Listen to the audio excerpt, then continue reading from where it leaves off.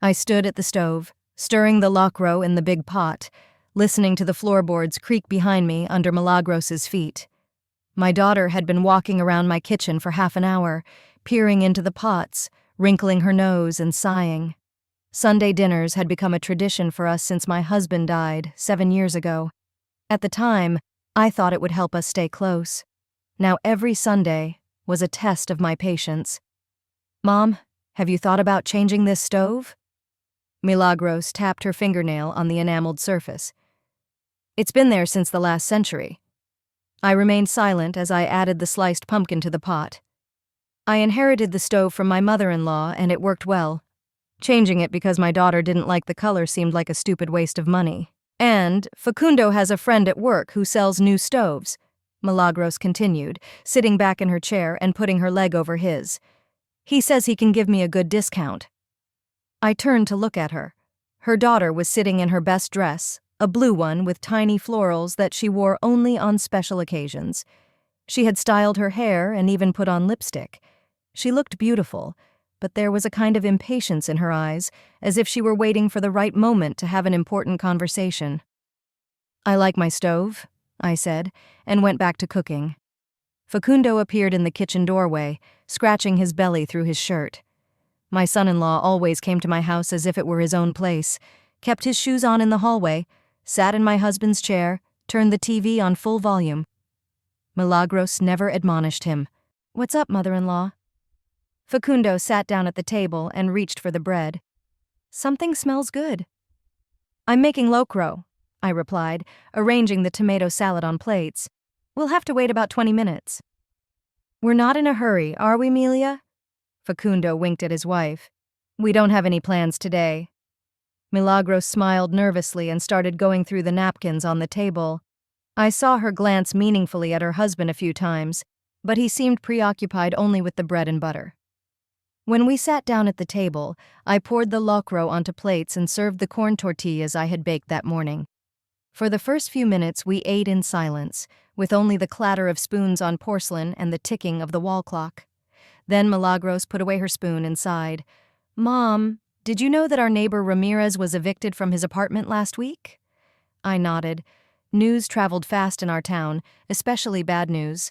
"He hadn't paid rent in 3 months," my daughter continued. "The landlord just put his stuff out on the street. Can you imagine? The man was left without a roof over his head." "You shouldn't have spent the money on booze instead of paying for a place to live," said Facundo, not taking his eyes off his plate. "Yes, of course," agreed Milagros. But there was a false note in her voice. "But it's still scary to be on the street. Facundo and I worry every month about whether we'll have enough money for the rent." I looked up from my plate. My daughter was looking at me with an expression that should have looked like innocent concern, but I could see the calculation in her gaze. "How much do you pay in rent?" I asked, even though I knew the answer. Milagros complained about that amount every month. 8,000 pesos, the daughter replied. "And that's for a one-room apartment, Mom. 20 square meters, even the refrigerator barely fits." "And the bathroom has mold on the walls," Facundo added. "The landlord promised to fix it, but he's been promising for a year." "You see, Mom," Milagros moved closer to me, "Facundo and I are thinking about children. How can you have a child in such a cramped space, and we're in our 30s, and time is of the essence?" I continued eating in silence.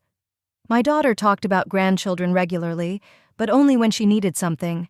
The rest of the time she studiously avoided the subject. "Facundo has a boy, Osvaldo, who works in the warehouse," Milagros said, glancing at her husband. "His father-in-law gave him money for the down payment on the apartment. Now they are paying the mortgage, but they live in a 2-room apartment in a new building." "Yes, Osvaldo has a good father-in-law," said Facundo.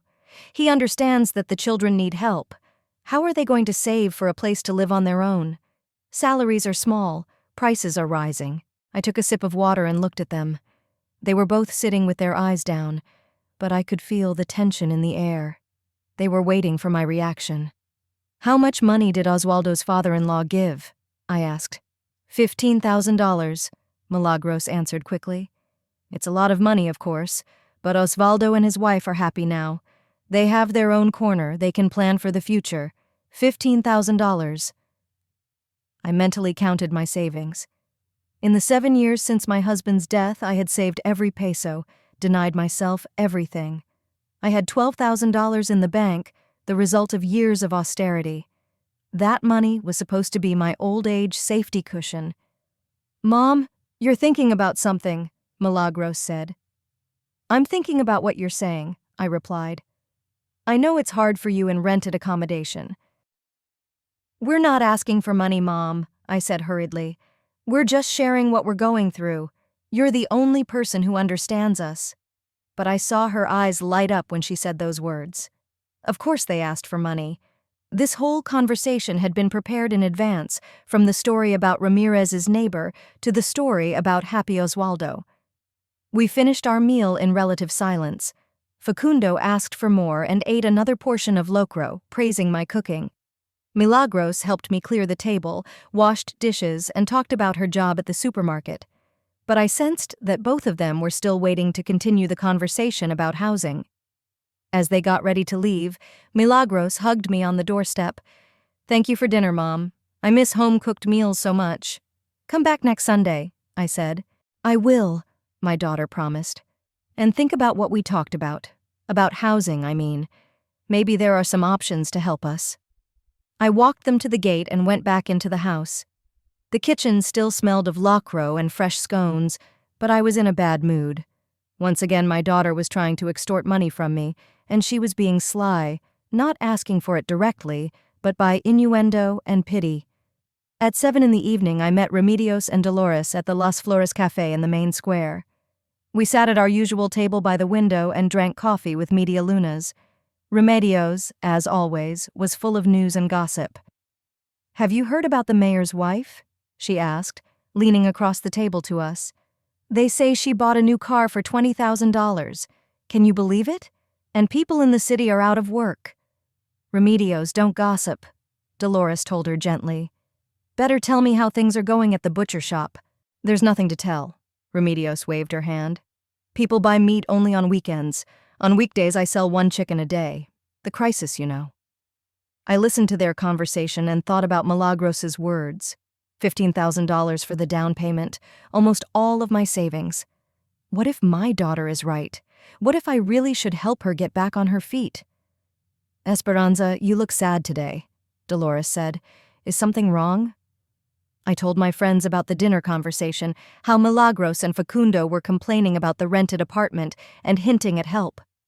Remedios listened, nodding and lolling her tongue. "Children always expect help from their parents," she said. "My eldest daughter is always complaining about the lack of money. She needs money for a new dress or shoes." "But housing is serious," I objected. "Not a dress or shoes. It's a roof over her head." "Of course it's serious," Remedios agreed. "How much money do you have? Can you lend it to them?" "I don't know," I admitted. "I have money, but it's all my savings. I've been saving for my old age." Dolores listened to our conversation in silence, occasionally sipping her coffee. When we stopped talking, she put the cup down and looked at me seriously. "Have you thought about signing the house over to your daughter?" she asked quietly. "The house?" I was surprised. "Well, yes," Dolores nodded. "You have a house downtown. It's a nice place, convenient. If you put it in Milagros's will, she could get a loan against her future inheritance. Or she'll just know she has a secure future." Remedios perked up. "Exactly. My brother did that.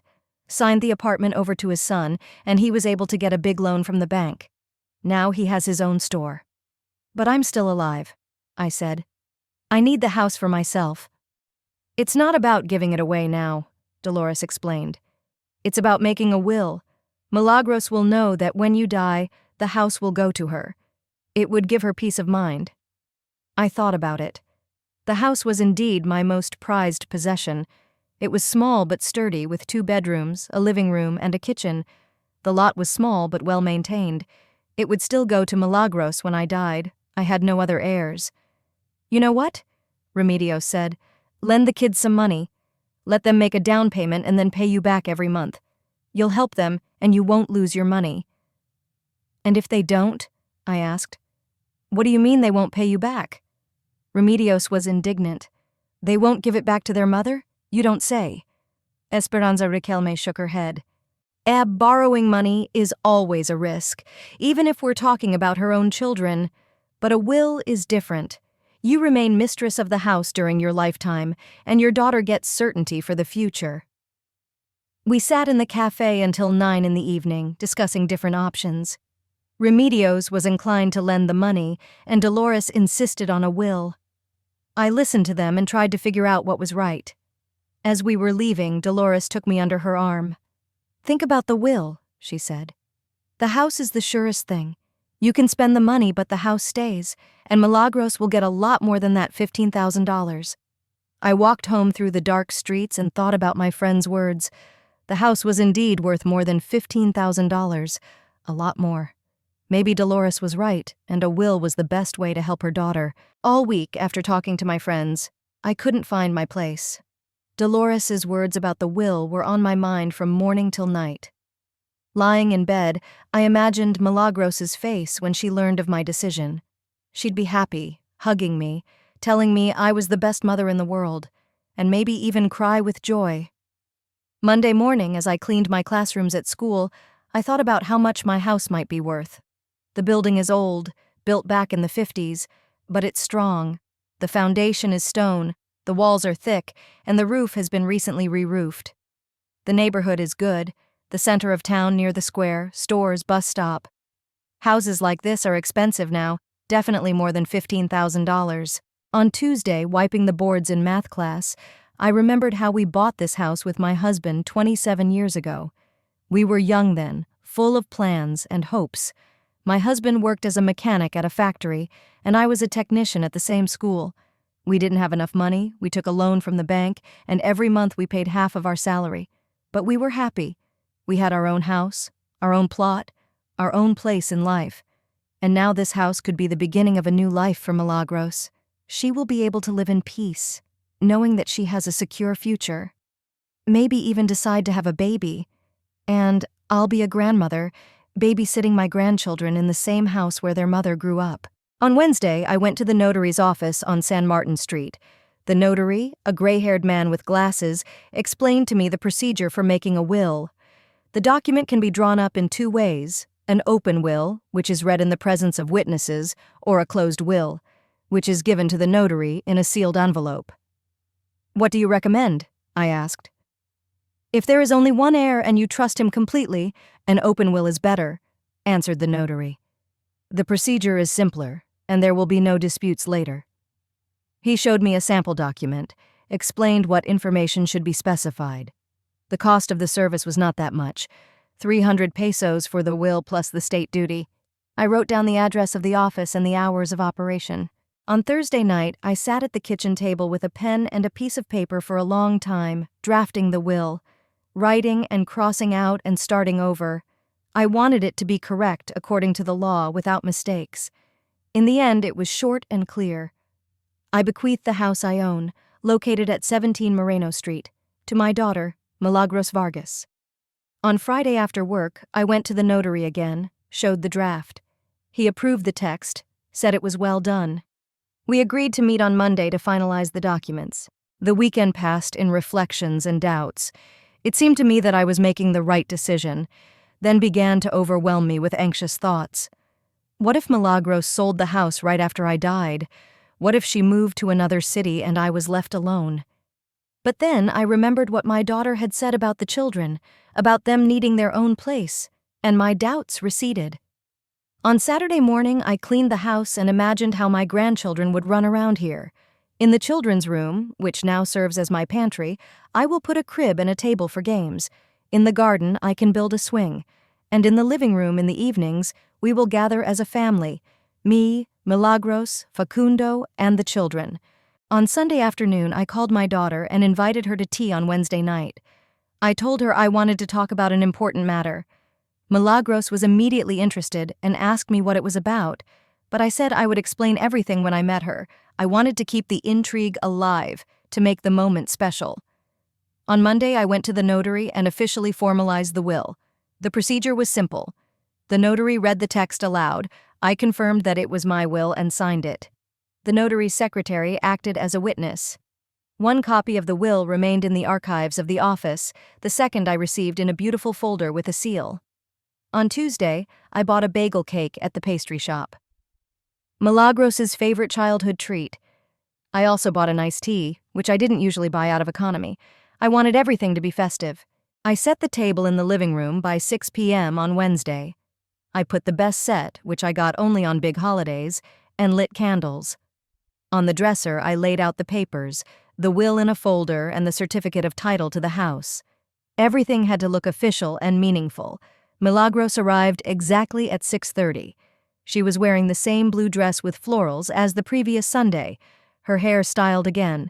At the sight of the set table and lighted candles, she raised her eyebrows in surprise. "Mother, what is this celebration?" she asked, sitting down in the chair opposite me. "Let's drink tea first," I replied, pouring the aromatic beverage into cups. "And then we'll talk." We drank tea and ate cake. Milagros talked about her work, complaining about the new boss who was nagging the cashiers about little things. I listened, but my thoughts were occupied with the upcoming conversation. Several times I noticed my daughter glancing at the documents on the dresser. When we finished our tea, I stood up and solemnly took the folder with the will. "Milagros, I have something important to tell you," I began, sitting back in my chair. "Last week you were talking about housing problems, about how cramped you and Facundo are in your rented apartment." My daughter straightened in her chair, her eyes sparkling. "Yes, Mom, it's a really big problem for us. So I've decided to help you," I continued, opening the folder. "Not with money, though, but in another way. I took out a will and put it on the table between us. I've made a will for this house. When I die, it will pass completely to you." Milagros stared at the document in silence for a few seconds, then raised her eyes to me. "Mom, are you serious?" "Absolutely serious," I confirmed. "Here's the will. Here's the property certificate. Everything is official, at the notary." My daughter took the will with trembling hands and began to read. Her lips moved soundlessly, pronouncing the words of the document. When she reached the end, tears ran down her cheeks. "Mom, I don't know what to say," she said through her tears. "This is such a gift." She stood up, walked around the table, and hugged me tightly. I could feel her shoulders shaking, her heart beating fast. At that moment, it seemed to me that I had made the most correct decision in my life. "Thank you, Mom," Milagros whispered in my ear. "You don't know how important this is to us. Now I know that we will have a home, that we can plan for the future." "Yeah, this is your childhood home," I said, stroking her hair. "This is where you took your first steps, where you learned your lessons, where you got married. It's only fair that it stays in the family." Milagros pulled away and looked at the will again. "When does it take effect?" she asked. "After I die," I replied. "Until then, the house remains mine." "Mom, maybe we should make not a will but a gift?" suggested my daughter. "Then the house will immediately become mine, and we can take a loan against it." I shook my head. "No, Milagros. I need the house myself. I live in it, and a will is a guarantee of your future." "Of course, Mom, you're right," my daughter agreed quickly. "It's just that I was so excited that I didn't think. A will is wonderful." She hugged me again, thanked me for a long time, promised that she would always take care of me, that she would never forget my kindness. She talked about how she and Facundo would live in this house, how they would have children, how I would nurse my grandchildren. "You will live with us, Mama," she assured me. "This house is big enough for everyone. We'll have a real family." As I listened to her words, I felt a strange warmth in my chest. There was finally a closeness between us that I had always missed. Milagros looked at me with such love and gratitude that I was ready to give her not only the house, but everything in the world. "Does Facundo know about your decision?" I asked my daughter. "No, I wanted to talk to you first," I answered. "It's about you first." "He will be so happy," Milagros smiled. "We were just talking yesterday about the housing situation. The rent has gone up again, and the landlord wants 200 pesos more." We sat up until 10 o'clock at night discussing the details. Milagros asked about the notary, about the procedure, wanted to know all the details.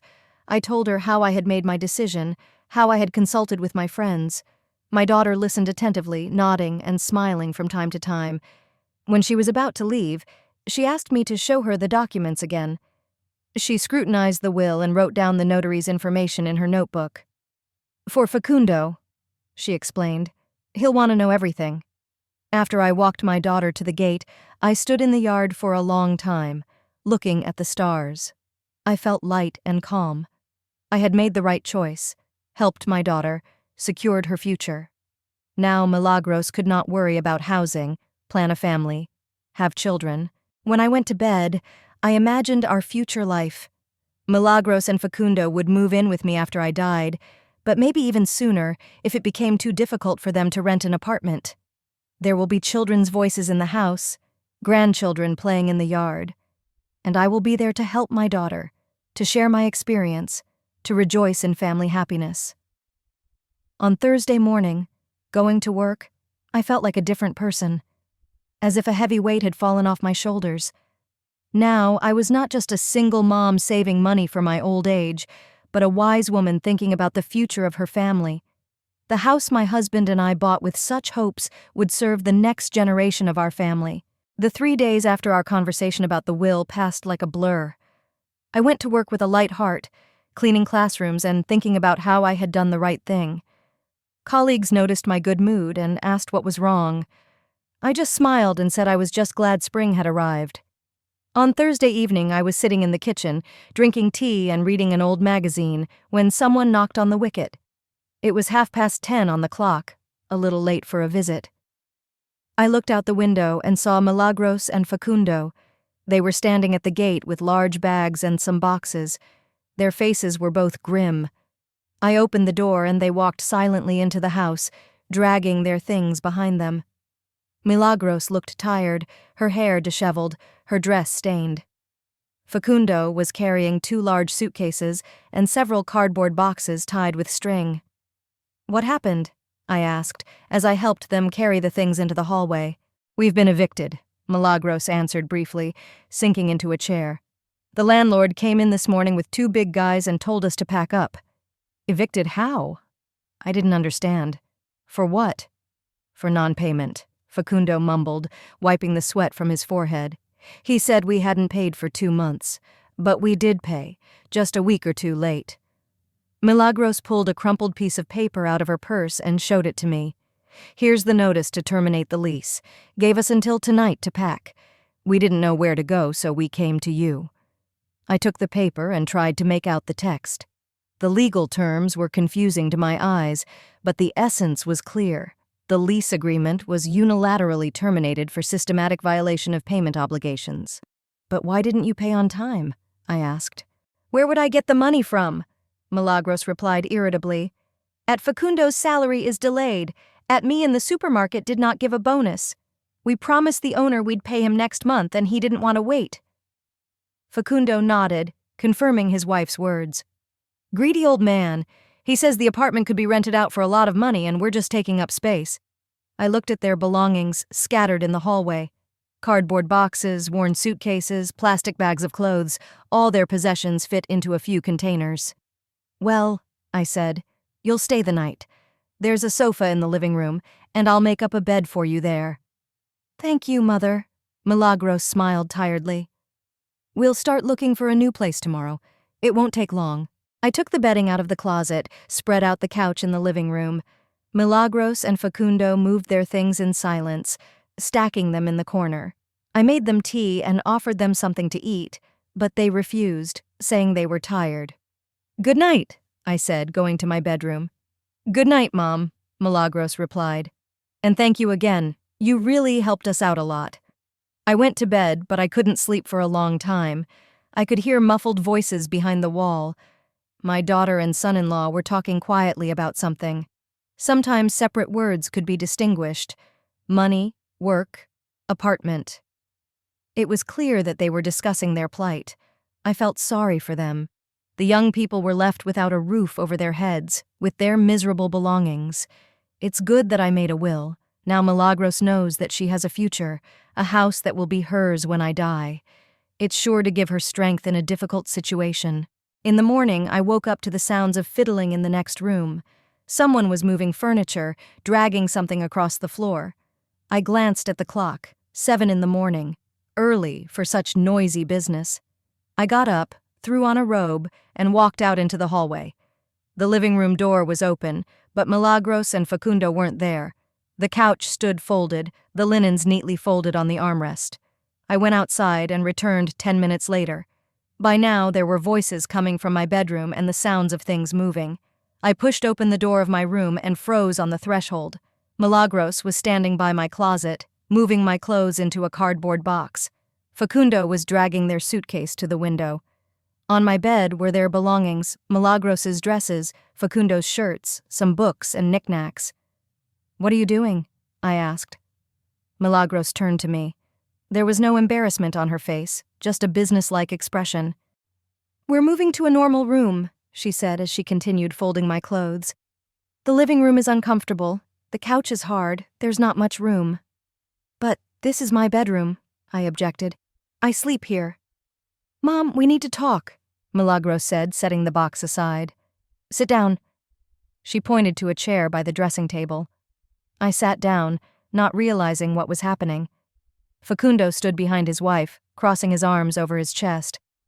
"You see, Mom," Milagros began in the way one would explain something to a small child. "The situation has changed. We're homeless. We have nowhere to live. And you have a whole house. But I told you that you can stay in the living room until you find an apartment," I reminded her. "Mom, you don't understand," Milagros shook her head. "We can't rent an apartment. We don't have money for collateral. We don't have income certificates. Who's going to rent to us after we've been evicted?" "But you work." "We work," agreed her daughter. "But wages are small and rent prices are rising. We need time to get back on our feet, and for that we need stable housing." I looked at Facundo, expecting him to say something in support of my wife, but he was silent, nodding at her words. "Okay," I said. "Live in the living room as long as you need to. I don't mind." "The living room is uncomfortable," Milagros repeated. "It's a pass-through room, no privacy. The bedroom here is fine, with a good bed and a closet." I began to get annoyed at her insistence. "Milagros, this is my room. I've always slept here. This is where my things are." "Mom," my daughter sighed and looked at me with pity. "You don't understand what's going on. This house is mine now." "How is it yours?" I did not understand. "You made a will for me," Milagros reminded me. "The house passes to me in the will. After I die," I clarified. "A will takes effect only after the death of the testator." Milagros laughed, but it was a cold, unpleasant laugh. "Mom, you don't understand anything about legal matters. The will is already registered. The house is registered to me." She went to the nightstand, pulled out some paper from a drawer and handed it to me. "Here is a certificate from the registration chamber. The house belongs to me, Milagros Vargas." I took the paper with trembling hands. My eyes were jittery and the letters were blurred, but I could see my address and my daughter's name under owner.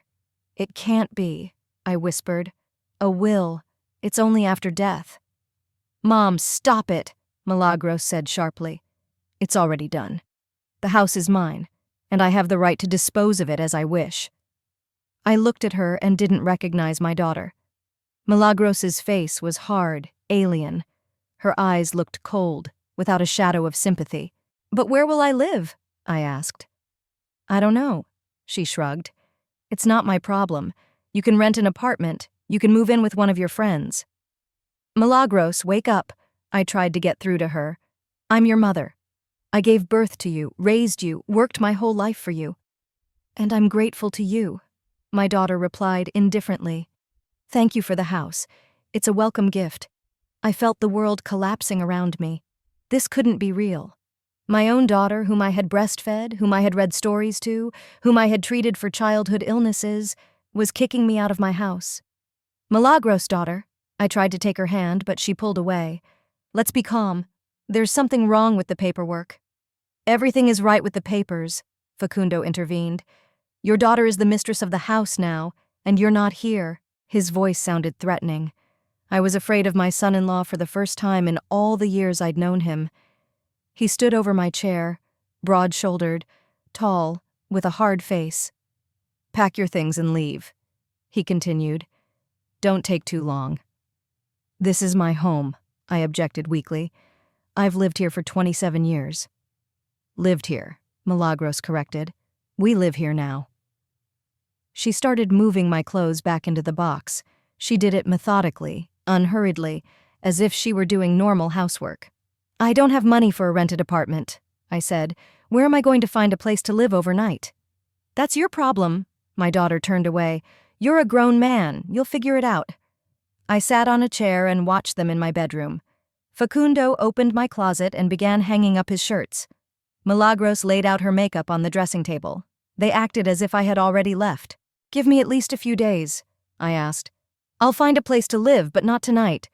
"No," Milagros said firmly. "We're human beings too. We need to get settled. And with you in the house is cramped." "Cramped?" I didn't believe it. There are 3 rooms in the house. 1 for the bedroom, 1 for the living room, 1 for the nursery, my daughter listed.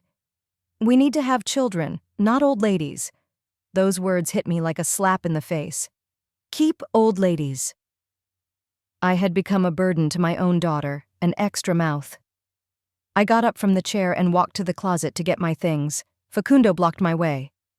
"Don't take too much," he warned me. "1 bag, just the essentials." "But these are my clothes, my personal belongings," I protested. "Leave most of it," Milagros instructed. "I could use some of the dresses, we're the same size, and the old things will be used for rags." I couldn't believe what was happening. My daughter was dividing up my clothes, deciding what I should take and what I should keep. It was like I was dead, and she was sorting out my inheritance. With trembling hands, I piled several dresses, underwear, and toiletries into my gym bag. Milagros watched me, making sure I didn't take too much. "Where are my papers?" I asked. "What papers?" My daughter was wary. "Passport, labor book, savings book."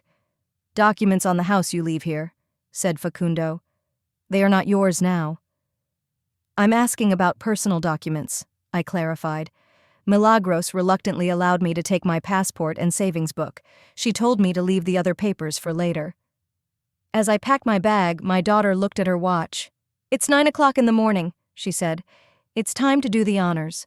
I looked at her one last time, hoping to see a shadow of remorse, a drop of sympathy. But Milagros's face remained cold and indifferent. "Milagros," I whispered, "how can you do this to your own mother?" "Very simply," she answered. "Thank you for the house, Mother. It will be very useful to me. Now goodbye." Facundo took me by the elbow and led me out. His grip was firm, painful. I tried to pull away, but he only squeezed my fingers tighter. "Don't make this harder than it has to be," he said through gritted teeth. "Walk away nicely." He walked me to the hallway and opened the front door. The morning air was cool in my face. It was quiet outside, with only a dog barking somewhere in the distance. "Leave the keys," Facundo held out his hand. I pulled a bunch of keys to my house out of my pocket and placed them in his palm. He immediately slammed the door shut. I heard the lock turn. I stood on the porch of my own house with my bag in my hand and couldn't believe the reality of what was happening. Just yesterday, I was the owner of this house, planning for the future, dreaming of grandchildren. And today I was homeless. Milagros peeked out from behind the curtain on the window, looked at me indifferently, and walked away. No one else appeared. I walked slowly down the porch and down the street, not knowing where to go. The bag seemed unbearably heavy, even though it contained very few things. One thought pounded in my head. How did this happen? How could my own daughter do this? I wandered through the streets of my hometown with my bag in my hand as if lost. People were hurrying to work, children were running to school, life went on as usual, but for me it was as if time had stopped. I had only one thought in my head. Where should I live now? I was ashamed to go to my friends. How could I explain that my own daughter had kicked me out of the house? I couldn't get into a hotel on my pension. The sun was rising higher and higher. It was getting hot. I stopped at every bench, sat down to rest, and thought about what had happened. Just a few hours ago, I was the mistress of the house. I had my own bedroom, my own things, my own place in life. Now, I was a homeless beggar. Half an hour of aimless wandering had passed when I remembered Aurelio. My older brother lived in Chilecido, 40 kilometers from here. We saw each other rarely, on big holidays, but we always remained on good terms. After my parents died, he was the only person close to me, apart from Milagros. And now he seems to be the only one. My memory obligingly brought back memories of my childhood. Aurelio had always protected me from the boys in the yard, helped me with my homework, shared sweets. When I got married, he walked me down the aisle in place of my late father. And when my husband died, it was Aurelio who came and helped with the funeral, did not leave me alone in grief. If there is one person in the world who will not betray me, it is my brother. He will understand, will help, will not refuse in a difficult moment. I'll go to him. I went to the bus station and found out the schedule of buses to Chilecito. The nearest flight left at 11:30. It was 40 minutes away. I bought a ticket with the last little money I had in my wallet and sat down on a bench in the waiting room. The bus station was gradually filling up with people.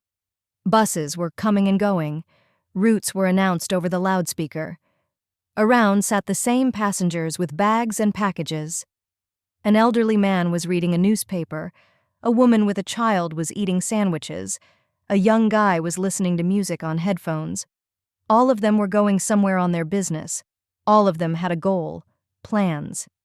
And I was just running away from a nightmare that still seemed impossible in the morning. I pulled a handkerchief out of my bag and wiped my eyes. Tears came every time I remembered Milagros's cold face and her words, "Thanks for the house, Mom. It's a very welcome gift." How could one speak to one's own mother like that? Where did she learn such cruelty? Maybe it's my own fault. Maybe I spoiled my daughter too much as a child, didn't teach her responsibility. I always gave her the best and left the rest for myself. I bought her beautiful clothes, toys, books. When she was in school, I worked double shifts to pay for her tutors. And then I paid for the wedding, helped with the first purchases for the family. And the result is that my daughter thinks her mother owes her everything, including her own house. And when she got what she wanted, she just threw me out on the street as an unnecessary thing. On the bus, I sat by the window and looked at the fields and groves passing by. Spring greens, blossoming trees, blue sky. All this should have been pleasing to the eye, but I felt nothing. There was an emptiness in my soul, as if all the emotions had been drained out of me. Along the way, the bus stopped at several small towns. People were getting on and off. Some were talking about something with their seatmates. And I was silent, thinking about my life. 58 years is not so little. I gave all my youth to my family, my husband, my daughter. I worked, saved money, tried to provide my loved ones with a better future. And what did she get in return? Betrayal and loneliness. It's good to have Aurelio. His brother was never rich, but always honest and reliable. After his wife died 5 years ago, he lived alone and devoted himself to his work. Sometimes I thought we should have communicated more, supported each other, but everyone was living their own lives, dealing with their own problems. Chilecito met me with the silence of a provincial town. Everything here was smaller and quieter than ours. Low houses with red roofs, narrow streets, rare passers-by, old poplar trees along the main street, a small square with a church, a few stores. Time seemed to have stopped here 20 years ago. I knew the way to Aurelio's house. I'd come here many times over the years. I usually came by bus on Sundays, and we had lunch together, reminiscing about my parents, discussing the news. My brother always greeted me happily, set the table, asked me about my life, and then he would walk me to the bus and ask me to come more often. Now I went to him for a different reason.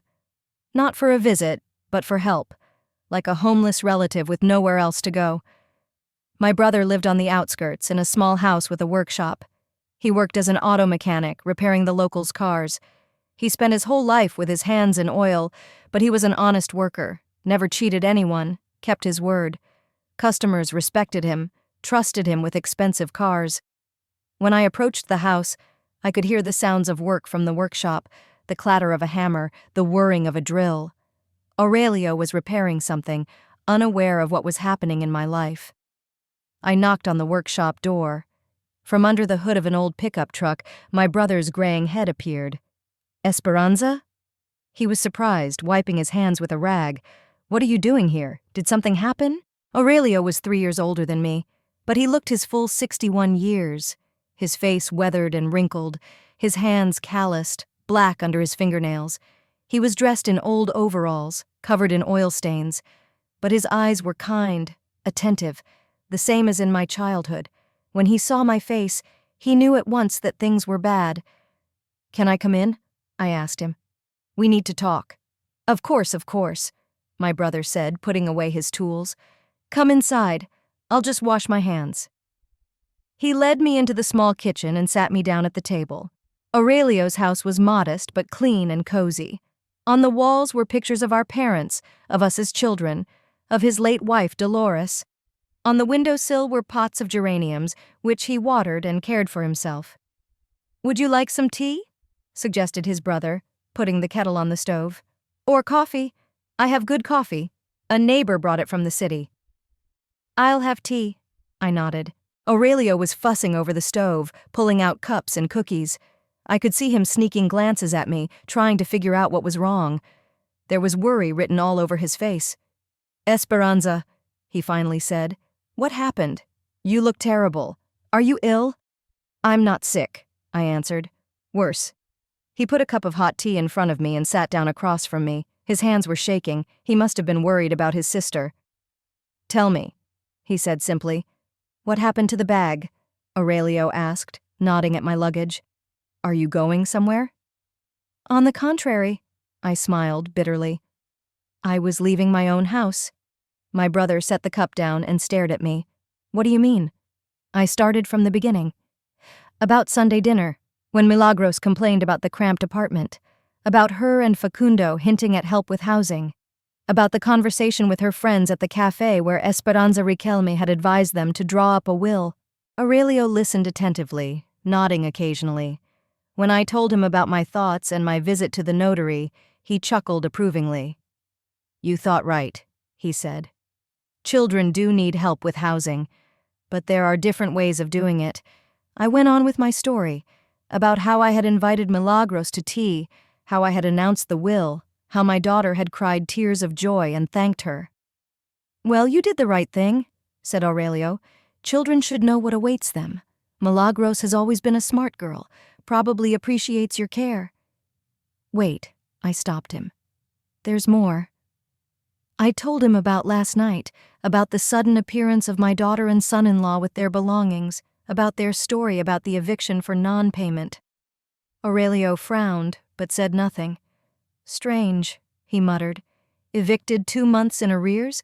Usually landlords give you more time than that." That's what I thought," I agreed. But they explained that the landlord was greedy, wanting to make the apartment more expensive.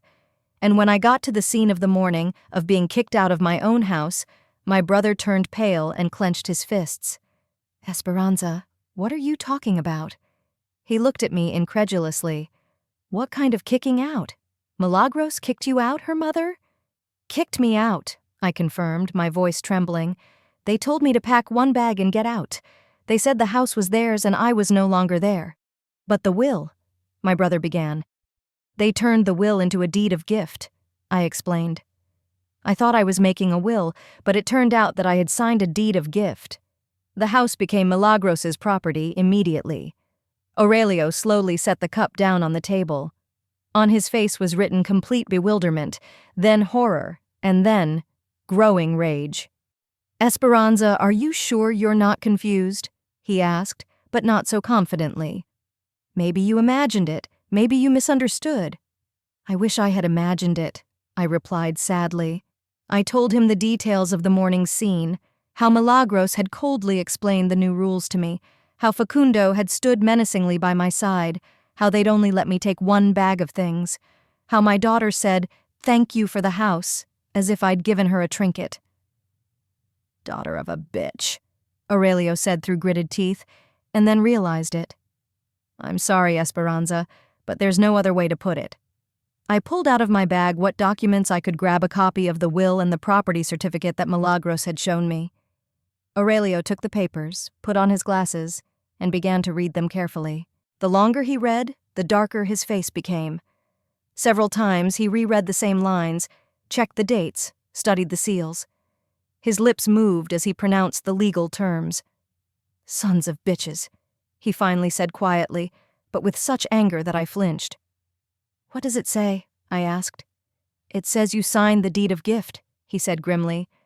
"Milagros Vargas owns the house free of charge, with the right to own, use, and dispose of it, so she is now the rightful owner." "But I made a will," I insisted. The notary explained to me about the will. "And you signed what?" Aurelio asked. "Did you read the document before signing it?" I tried to remember that day at the notary's office. The notary did read out some text, but I didn't really listen. I trusted a professional. And legal terms are like Chinese letters to me. I thought only about the gift I was giving my daughter. "I don't remember very well," I admitted. I thought the notary was an honest man, he wouldn't cheat, and all the words were incomprehensible, some Latin. "The notary might not have cheated," my brother said thoughtfully. "Most likely Milagros had arranged it with him in advance. She said you wanted to make a gift, not a will, and you, not knowing the legalities, signed what they gave you." It made me shudder to realize the extent of the deception. It turns out my daughter planned to cheat me before I even decided to help her, using my trust, my love for her. Maybe even complained about the apartment on purpose to push me into thinking about a will. "So she had it all planned out," I said. "She's a sly one." "I guess so," Aurelio agreed, "and that husband of hers must have known about it. There was a reason he was so confident." My brother got up from the table and paced the kitchen. I could see his shoulders tense, his fists clenched. He was trying to hold back, but his anger was breaking through. "But there's something we can do, isn't there?" I asked him. "Go to court. Prove that I'd been cheated?" Aurelio stopped and looked at me. "It would be difficult," he said honestly. "The document is properly executed with all the formalities. Your signature is genuine. There were witnesses. How can you prove that you were deceived?" "But I did not want to give the house in my lifetime." I was indignant. "I wanted to make a will." "You have to prove it," my brother explained. "Words are not proof. Milagros will say that you wanted to give her the house yourself, that you asked her not to tell anyone. Who would believe you against her?" I felt the last of my hopes crumble, so my daughter had thought of everything, planned everything, and I, naive fool, signed my own sentence. "Wait," Aurelio said suddenly. "I have a lawyer I know in the city, a good specialist, an honest man. Let's call him, tell him the situation. Maybe he can give us some advice." My brother took out a worn cell phone and began scrolling through the contacts. "Emilio Ramirez," he explained. "I served with him in the army, and then he graduated from law school. He's practicing in the city now, has a good reputation." He dialed the number and put it on speakerphone. "Hello, Emilio? This is Aurelio Vargas." "Yeah, I'm fine, thanks. Listen, I have a family problem. I need counseling. Can you talk to me now?" "Okay, just a minute." He put the phone on the table between us. "Emilio, my sister Esperanza is here. She's got a complicated story to tell." I briefly recounted to the lawyer the whole situation, from the decision to make a will to the morning's banishment from the house. Emilio listened silently, occasionally clarifying details. "I see," he finally said when I had finished. "The situation is really complicated. Technically, your daughter is right. The house is registered to her under a deed of gift. But there is one clue." "What is it?" Aurelio and I asked at the same time. "If we prove that the gift was made under the influence of deception, it can be challenged in court. But we need proof that you were misled about the nature of the transaction." "What kind of evidence?" I asked. "Witnesses that you were going to make a will, not a gift. A recording of a conversation with a notary if you have one. Documents supporting your version of events. I've been thinking. There were witnesses. Remedios and Dolores knew of my plans to make a will. They would confirm that I never intended to donate the house during my lifetime." "My friends knew," I said. "They advised me to make a will, not a gift. One of them even said it was stupid to give." "That's good," said Emilio. "But testimony alone may not be enough. The other side will say that you changed your mind later. You need stronger evidence." What else can be done? Aurelio asked. You could try to reach an amicable agreement with your daughter, the lawyer suggested. Explain to her that she has committed fraud and offer to return the house voluntarily. Otherwise, the case will go to court, and then the prosecutor's office may be interested. I laughed bitterly. You haven't seen my daughter this morning. She's as cold as ice. A voluntary return is out of the question. She thinks she has every right to my house. Then that leaves the judicial route. Emilio sighed. File a lawsuit to invalidate the transaction. But the process is long, expensive, and the outcome is not guaranteed. How long will it take? Aurelio asked. At least 6 months, maybe a year, plus the cost of a lawyer, expertise, fees, 15,000 pesos, maybe more. I didn't have that kind of money. All my savings were in a savings book, and to get them without documents on the house was problematic. And where would I live for a year while the trial dragged on? Can I go without a lawyer? I asked. Could I file the lawsuit myself? You can, Emilio answered, but the chances of success are sharply reduced. The other side will hire a good lawyer and you will defend yourself. It's like going up against a professional boxer with your bare hands. Thank you, Emilio, said Aurelio. We'll think about what you said. Contact us if you decide to proceed through the court, said the lawyer. I will try to help. I'll give you a discount. We're old friends.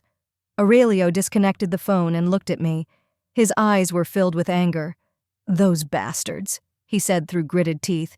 They robbed my own mother. What do we do now? I asked. Where am I going to live? What am I going to live on? You can live here for now, my brother said firmly. I have enough room. There's a spare room, and no one's lived in it since Dolores died, and we'll deal with those bastards. Deal with them how? I don't understand. The lawyer said that the case is complicated, expensive. Aurelio got up from the table and walked around the kitchen. His face was grim. His hands were clenched into fists. He stopped at the window and looked out at the street for a long time. Esperanza, he said at last without turning around, you are my sister. You're the only blood I have left. And no one has the right to do this to you. Not even your own daughter. But what can we do? I said it again. My brother turned to me. In his eyes I saw the same steely determination I remembered from my childhood. When Aurelio made up his mind, he followed through. There are laws and then there is justice, he said. Sometimes justice is more important than laws, especially when the laws don't work. Aurelio, you scare me, I admitted. Don't be afraid, my brother reassured me. I won't do anything bad. I'll just talk to your daughter. I'll explain to her that good people don't do that. He took out his cell phone and dialed a number. Hello, Rufino? It's Aurelio. I'm fine, thanks. Listen, I need some help. It's a family matter. It's serious. Can you come to my place? And bring Casimiro with you if he's free? Yes, today. Okay, I'll wait. Who are you calling? I asked. Friends, Aurelio answered briefly. Good. Trusted people. We served together in the army, and then we've been friends all our lives. If you need help, they will not refuse. And what are you going to do? I insisted. Talk to Milagros and her husband, my brother said calmly. Explain to them that parents must be respected, that the house should come back to you. And if they don't agree? Aurelio shrugged. Then we will persuade them more firmly. Half an hour later, an old blue car pulled up in front of the house. 2 men about Aurelio's age got out. One was tall, thin, with a graying beard. The other was stocky, thick-set, with a good-natured face. Aurelio met them on the threshold, embraced each of them in a manly manner. Come in, friends. Esperanza, meet Rufino Salgado and Casimiro Torres, my best friends. Rufino gave me a polite nod, took off his cap. Casimiro smiled good-naturedly. Good afternoon, Señora Esperanza, Rufino said. Aurelio told me about you. It is a pleasure to meet you. Nice to meet you, I replied. They sat down at the table. Aurelio took a bottle of beer out of the refrigerator and poured it into glasses. Listen, Aurelio, Rufino said, taking a sip of his beer. What's up? On the phone you talked about family problems. The brother told them the whole story, briefly but clearly. The friends listened in silence, only occasionally glancing at each other. Everyone understood what the conversation was about. The night passed without sleep. I lay on the narrow bed in the room of my brother's late wife and stared at the ceiling. My mind was spinning with thoughts of tomorrow, of what Aurelio was up to. I was scared not for myself, but for my brother and his friends. What if something went wrong? What if Milagros called the police? But on the other hand, legal methods weren't working. The lawyer honestly said that the chances of winning a trial were slim, and I didn't have the money for a good lawyer. It turns out my own daughter had tricked me so cleverly that the law was on her side. At about 3 a.m, I heard the door creak open in the next room. Aurelio was awake too. Then I heard his footsteps in the kitchen, the sound of water running from the faucet. Apparently his brother was drinking water or washing up. He was worried about tomorrow too. In the morning, I got up early before dawn. Aurelio was already sitting in the kitchen with a cup of coffee in his hands. He looked grim, but determined. "Didn't sleep?" he asked. "No," I admitted. "I'd been thinking about everything." "Thinking about what? About whether we were doing the right thing. Maybe we should try to work things out with Milagros." Aurelio shook his head. "Esperanza, you said yourself yesterday that your daughter has become like ice. Do you think she turned into an angel overnight?" He was right. Milagros showed her real face, and it was cruel and selfish. People like that only understand power. "Okay," I agreed. "But promise me you won't be too cruel. She is my daughter after all." "We'll act according to the circumstances," my brother said evasively. "If they talk, we'll talk. If they don't..." He didn't finish the sentence, but I understood. In the army, Aurelio served in the airborne troops, participated in several hotspots. He knew how to be convincing. At 8 a.m, Rufino and Casimiro arrived. Both looked serious and were dressed in dark clothes, as if they were preparing for an important case. Rufino brought a gym bag, Casimiro a small backpack. "Ready?" Aurelio asked. "Ready?" Rufino replied briefly. We got into Rufino's car, an old but reliable Volkswagen. I sat in the back seat next to Casimiro, with Aurelio and Rufino in front. All the way to town we drove in silence. Only once Casimiro quietly asked Aurelio, "And if this son-in-law resists, then we will explain to him that resistance is useless," his brother replied calmly. In the town, we first stopped at a store. Aurelio bought some strong rope and duct tape. When I looked at him, he said, "Just in case. Maybe you won't need it." Then we drove to my house. When I saw the familiar street, the familiar houses of my neighbors, my heart beat harder. 2 days ago, I had walked down this street as a mistress, and now I was returning as an exile who had to reclaim her home. We left the car 2 blocks away in case we had to leave quickly. We walked, and I showed the way. It was a quiet morning, and people were still out and about. Only a dog barked somewhere, and a rare car flew by. It was quiet outside my house. The curtains on the windows were drawn, and smoke was rising from the chimney, which meant that Milagros had already woken up and heated the stove. There was old furniture in the yard, probably my things that my daughter had thrown away as unnecessary. "You stay here," Aurelio told me. "We'll talk to them first, and then we'll call you." "But I want to hear what's going on," I objected. "You will," he promised. "As soon as we get the situation straightened out, we'll call you." The men walked to the gate. Aurelio knocked, not too loudly, but insistently. A few seconds later, Milagros's face peeked out from behind the curtains. When she saw the strange men, she frowned and disappeared. The knocking was repeated, louder this time. "Milagros, open up!" Aurelio called out. "It's Uncle Aurelio. We need to talk." Nothing happened for a while. Then footsteps were heard, and the door opened as wide as a chain. "Uncle Aurelio?" Milagros asked in surprise. "What are you doing here?"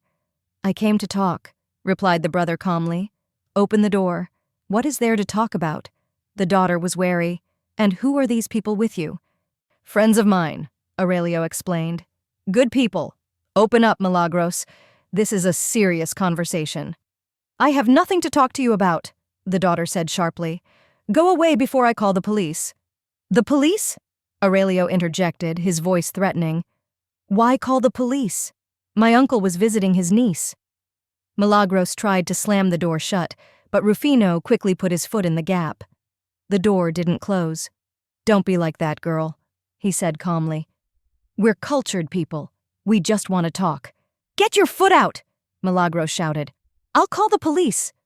Don't yell, Casimiro grumbled. The neighbors will hear. Think something bad.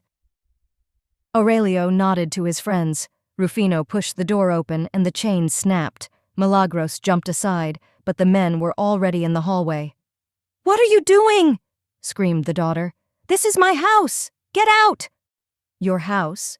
Aurelio interjected, taking off his jacket. Interesting. And yesterday it was your mother's house. Facundo jumped out of the kitchen. He was holding a large kitchen knife, his face twisted with anger and fear. Get out of our house! He shrieked, waving the knife. Now! Rufino and Casimiro looked at each other. Then Rufino took out of his pocket a short iron pipe, a kind of brass knuckles. Boy, he said calmly to Facundo, put the knife away. Don't make it harder on yourself. Go to hell, the son-in-law shouted, lunging at Rufino with the knife. He dodged easily and hit Facundo on the wrist with the pipe. The knife fell to the floor with a clang. Casimiro immediately took his son-in-law under his arms, and Rufino twisted his hands behind his back. Quiet, quiet, Casimiro said. Don't move. It won't hurt. Facundo tried to break free, but the forces were unequal. Casimiro, despite his good-natured appearance, was a strong man, and Rufino clearly knew how to handle people. His movements were precise, professional. Milagros screamed and tried to rush to her husband's aid, but Aurelio grabbed her arm. Stop, Milagros, he said. Let's talk calmly. Let Facundo go, demanded her daughter. What are you doing to him? Nothing much, the brother replied. Just holding him down, to keep the conversation going. He nodded to his friends, and they dragged Facundo into the living room and sat him in a chair. Casimiro pulled a rope from his backpack and quickly tied his son-in-law's hands. He still tried to resist, but to no avail. Why are you doing this? Milagros cried. We have done nothing wrong. Aurelio looked at her in surprise. Nothing wrong? He asked again. You kicked your mother out of the house, and that's nothing wrong? The house is mine, shouted the daughter. It's mine by deed. By deed which you got by trickery, corrected the uncle. Mother thought she was making a will, but you gave her a gift. That's not true. Milagros tried to object. Mother decided to give me the house herself. Aurelio shook his head slowly. Milagros, I've known you since you were a child. I remember carrying you in my arms when you were little. I never thought you were capable of such meanness. What meanness? My daughter snapped at me. I've done nothing wrong. You deceived your mother and threw her out on the street, Aurelio explained calmly. The woman who gave birth to you, who worked all her life for you. What do you call that? She gave you a house, shouted Milagros. No one forced her. She wanted to make a will, not a gift, objected her brother. You tricked her, taking advantage of her ignorance of legal matters. A muffled groan came from the chair as Casimiro put a rag over Facundo's mouth to keep him from screaming. What are you doing to him? Milagros was horrified. Nothing yet, Rufino replied.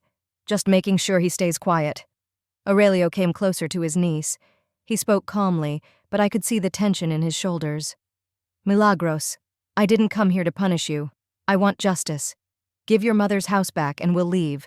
No one will ever hurt you again. I won't, screamed the daughter. The house is mine. By law, it's mine. What law? Grinned the brother. The law of fraud? I've never cheated anyone, Milagros insisted. Mama wanted to give me the house herself. Aurelio sighed and turned to his friends. You see, he said. She doesn't want to do it nicely. Rufino nodded and walked over to the bound Facundo, took the rag off him. Listen, son-in-law, he said softly. Your wife is very stubborn. She won't give the house back, and we don't like it. Go to hell, Facundo wheezed. The house is ours. Rufino punched him in the stomach. Facundo bent over, wheezing. Not ours, but stolen, Rufino corrected. There's a big difference. Milagros rushed toward her husband, but Casimiro intercepted her. Stop, girl, he said good-naturedly. The men are talking. Let him go, sobbed her daughter. He's sick. He has a heart. Doesn't your mother have a heart? Aurelio asked. When you threw her out on the street. Rufino hit Facundo again, this time in the face. His nose bled. "Milagros," Aurelio said to his niece, "stop this play. Give the house back to your mother and we will go away. Otherwise your husband will be very bad." "I will not," the daughter persisted. "If you kill her, I won't give it back." Aurelio looked at her with regret. "It's a pity," he said. "A great pity." He nodded to his friends. Rufino and Casimiro looked at each other, then went about their business. They struck Facundo methodically, professionally, slow but effective. They hit him in the stomach, in the ribs, in the kidneys. His son-in-law groaned and writhing in the chair, but the ropes held tight. Milagros screamed, cried, begged him to stop. But Aurelio was relentless. "Do you want them to stop?" he asked his niece. "Give your mother's house back." "I can't," sobbed the daughter. "The house is mine. I won't give it back." Then the beating continued. Rufino worked with his fists, Casimiro with some heavy iron. Facundo didn't scream anymore, only wheezed and moaned. His face was blue, his nose and mouth were bleeding. "That's enough," Aurelio said at last. "He is no longer alive." Milagros rushed to her husband, but Casimiro held her arms tightly. "Facundo!" she shouted. "Facundo, hold on!" The son-in-law moved his head weakly, but his eyes were closed. "Listen, niece," said Aurelio, approaching Milagros. "Your husband may die, right here in this chair. Is that what you want?" "No," sobbed her daughter. "Of course not." "Then give the house back to your mother. A living husband is more important than a house." Milagros looked at the beaten Facundo, then at the stern faces of the men. I could see her hesitating, her greed and fear for her husband struggling. "Yeah, I can't," she finally whispered. "The house is mine. I've earned it." Aurelio sighed heavily. "Well," he said, "you chose it." He nodded to Rufino. He pulled a knife from his pocket, the same one Facundo had threatened him with. "I'm going to stab him between the ribs," Rufino said calmly. "And that'll be the end of it. It's self-defense no matter what." "No!" Milagros shouted. Don't kill him!" "Then decide quickly," Aurelio said. "The house or the husband?" The daughter looked at the knife in Rufino's hands, at the senseless Facundo, at the unyielding faces of the men. She knew they would not joke. "All right," she finally broke down. "All right, take your house. Just don't hurt Facundo." "That's a good girl," approved Aurelio. "Where are the deeds to the house?" "In the closet," sobbed Milagros. "In the bedroom, in the closet." Casimiro let her go and went to look for the papers. He came back with a folder of papers. "Here," he said, handing the folder to Aurelio. "There are all sorts of certificates, contracts." Aurelio flipped through the documents and found the deed of gift. "This paper you cancel tomorrow," he told his niece. "Go to a notary and write a renunciation of the house in favor of his mother." "But what about—" Milagros began. "No buts," Aurelio cut her off. "Tomorrow. Otherwise, we'll come back and finish talking to your husband." He slipped the documents into the inside pocket of his jacket. "Now pack your things," he ordered. "Quickly." "What things?" The daughter didn't understand. "My things," he explained. "You didn't think you'd stay here after all this, did you?" "But where would we go?" Milagros was confused. "That's your problem," Aurelio said indifferently. "You should have thought before you threw your mother out on the street." Casimiro untied Facundo and helped him up. His son-in-law could barely stand. His face was bloody and bruised. "Hurry up and get ready," Rufino said. "We don't have much time." Milagros rushed around the house, gathering her things. She cried and wailed, but packed her bags. Facundo sat on the couch, holding his ribs. Something must have been broken. Half an hour later, their things were packed, the same suitcases and boxes they had come here with 3 days ago. "All of them?" Aurelio asked. "Everything," Milagros nodded. "Let's get out then." The men dragged Facundo out of the house. He could barely walk. Milagros dragged the suitcases, sobbing. Aurelio stopped at the gate. "Remember, niece," he said sternly, "tomorrow you go to the notary and cancel the gift. If you don't, we'll find you anywhere. And then the conversation will be short." "I will," Milagros whispered. "I will. And don't let your mother see you again," Aurelio added. "You ought to be ashamed of yourself in front of her." He opened the gate and let them out into the street. Milagros and Facundo walked down the road with their suitcases like refugees. As they rounded the corner, Aurelio called out to me, "Esperanza! Come here!" I ran to the wicket. My brother took a bunch of keys out of his pocket, the same keys that had been taken from me yesterday morning. "Get your house back," he said, holding out the keys. I took them with trembling hands. The metal was warm from his pocket. "Thank you," I whispered. "Thank you, all of you." "You're welcome," Aurelio waved me away. "Justice restored, that's all." Rufino and Casimiro nodded silently. There was no anger or satisfaction on their faces, only the weariness of men who had done an unpleasant but necessary job. "Let's go inside," I suggested. "Let's have tea." "No," Aurelio shook his head. "We have to go. You get settled in." I hugged my brother. He patted me on the shoulder. "Now live in peace," he said, "and don't listen to anyone else. The house is yours, and it will stay yours." "What if Milagros doesn't go to the notary?" I asked. "She will," Aurelio said confidently. "Did you see the way she looked at her husband?" "She will."